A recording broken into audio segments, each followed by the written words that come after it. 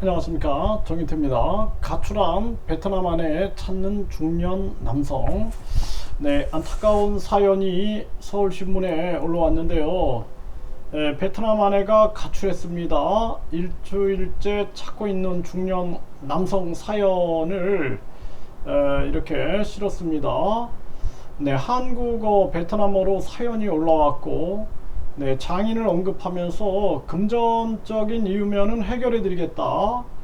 네, 네티즌들은 전형적인 사기 결혼 축축이 많다. 네, 국제 결혼 후 이혼 시 국적 회수 주장도 하고 있고, 네, 한국 여자들이 국제 결혼 상대 1위 베트남 남자다.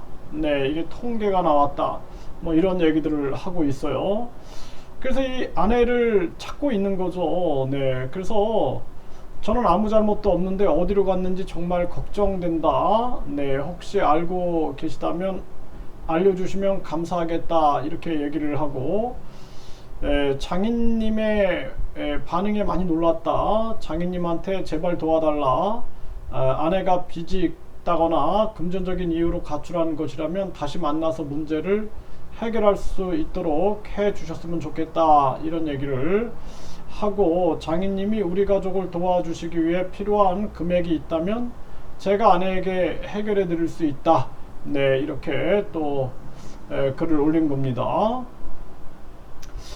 참 이게 가슴 아픈 일이 아닐 수가 없어요. 네, 이런 일들이 참 행복한 그러한 결혼 생활을 했는데 이러한 일들이 터지면은 상당히 마음이 아프죠. 네, 그래서 이 지금 다수의 팸코 이용자들은 국제결혼 업체에서 문신 있는 여자 절대 추천 안 하는데 예쁘고 어리니까 데려온 케이스 같다. 네, 제대로 된 검증 없이 업체가 시키는 대로 무턱대고 데려오니 저 사달이 나지. 네, 현지에서 만나고 사귀어서 결혼해야지. 업체 통해서 하면 애초에 작정하고 오는 여자들이다. 이러한 얘기들. 이장님도 돈 주고 국제 결혼했는데 도망갔다. 이런 얘기들을 하고 있습니다. 네, 제일 중요한 건 매매혼을 없애야 한다. 네, 또 귀화를 너무 쉽게 시켜주는 경우가 있다. 이혼하면 국적 회수해야 한다. 이런 목소리가 나온다라는 것입니다. 그리고 한국의 여성들이, 네, 한국의 여성들이 베트남 남자들과 많이 결혼한다라는 통계가 나와서 화제가 됐는데, 알고 보니까 베트남 여성들이 한국 국적을 취득한 다음에 다시 베트남 남성들과 결혼한 케이스였다. 이러한 얘기가 나오고 있는 거예요. 제가 이 베트남은 학생들을 오랫동안 19년을 가르쳤기 때문에 이 부분은 굉장히 잘합니다. 네, 그래서 간혹 보면은 60대 분이 이렇게 20살 학생들을 데리고 와요. 네, 그래서 결혼하실 분인데 이 한국어 좀 잘 좀 가르쳐 줬으면 좋겠다. 네, 또 뭐 한국으로 이 결혼 절차를 밟는 것이 좀 복잡하고 이런 게 있으면 유학을 오게 해가지고 한국에서 살려고 한다. 뭐 이런 경우들이 많아요. 그 뭐 나이가 중요한 건 아닌데 이 진실이 중요한 거거든요. 그런데 보면은 나중에 보면은 결국에 문제가 터져요. 네, 문제가 터져가지고 이 60대 분이 막 하소연을 할 때가 많습니다. 그래서 뭐 이 결혼하기 전에는 굉장히 잘해줬는데 이제 결혼을 하고 나니까 뭐 잠자리도 거부하고 그래가지고 싸우고 이제 그걸 영상으로 촬영해가지고 이혼하게 돼서 위자료를 물었다 뭐 등등 얘기들부터 시작해가지고, 또 학생들 같은 경우 보면은 베트남에 애인을 두고 있는데 그런데 한국 남자하고 이렇게 결혼 절차를 밟는 경우, 그런 경우를 제가 여러 번 봤습니다. 그런 경우에는 이제 상당히 위험해질 수 있죠. 그래서 이 중요한 부분들은 충분히 사귀고 그리고 서로 신뢰를 쌓는 것이 굉장히 중요합니다. 아니면 결혼을 하면 안 돼요. 결혼을 해도 지금 한국인들끼리도 이혼을 많이 하는데 말도 안 통하는데 그 결혼 생활이 되겠습니까? 네, 이건 오만한 생각인 거예요.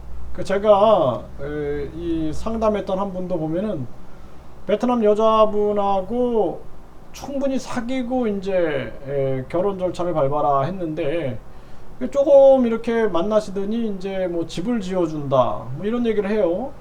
그때는 이제 콩깍지가 씌었으니까 제가 그러시면 힘들다 그러지 마셔라. 그래도 또 계속 그렇게 얘기를 해요.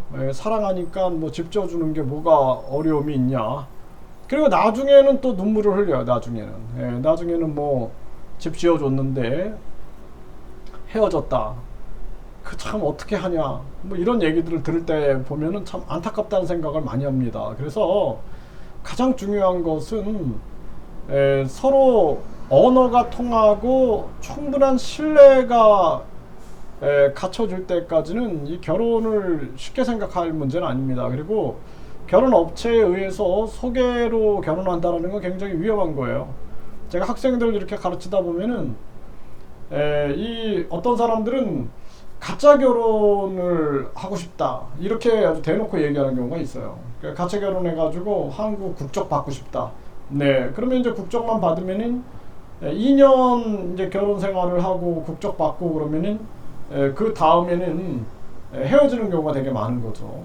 네, 그래서 그런 경우에는 사실상 결혼이 목적이 아니라 비자가 목적이었다. 네, 그렇게밖에 볼 수 없는 거죠. 근데 상처받는 사람은 굉장히 이 아픔이 큰 거죠. 그래서 예전에 그 한 분은 2번 하셨대요. 국제결혼 2번에 2번 다 가출했다. 부인을 찾으러 다니는 게 그냥 일이에요, 그분은. 네, 그리고 또 한 분 같은 경우는 선생님이신데 고등학교 선생님이 이제 베트남 나이가 한 50대 되신 분인데 20대 베트남 여성하고 결혼하셨는데 나중에는 정말 처음에는 행복해 보였어요. 네, 그래서 같이 이렇게 모임도 하고 그러면 참 행복해 보인다. 저 행복하길 바랍니다. 막 이랬는데 나중에 부인이 없어져가지고 이 선생님이 그냥 눈이 뒤집어져가지고 완전히 그냥 사람이 달라진 거예요. 그래가지고 막 여기저기 막 헤매고 다니고 막 이런 모습 보면서 정말 가슴이 아프더라고요. 네, 그래서 이러한 부분들은 굉장히 유의해야 한다라는 걸 분명하게 말씀을 드리고 꼭 국제 결혼을 추진하겠다 그러면은 충분히 교제를 해야 된다는 거예요. 그 집도 가고 언어도 공부하고 하면서 충분히 교제해서 한국하고 똑같은 거예요. 서로 신뢰가 생기면은 그때 결혼해도 늦지 않다 이렇게 말씀을 드립니다.